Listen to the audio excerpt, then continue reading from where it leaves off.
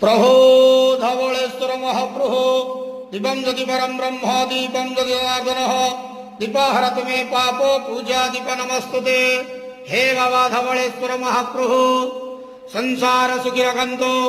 आज शुभ सोमवार रे समस्त श्रद्धालु भक्त मानक आश्रीपद करंतु, मनस्कामना पूर्ण करंतु, कर्म क्षेत्रोन्नति करंतु, ग्रहरिष्टमान खंडन करंतु, जगतर मंगल करंतु, विश्वर कल्याण करंतु, आपणकर नाम प्रकाश करंतु, सेवकर डाक श्रवण करंतु, समस्त गुआवसा भक्त मानकर मनस्कामना पूर्ण करंतु।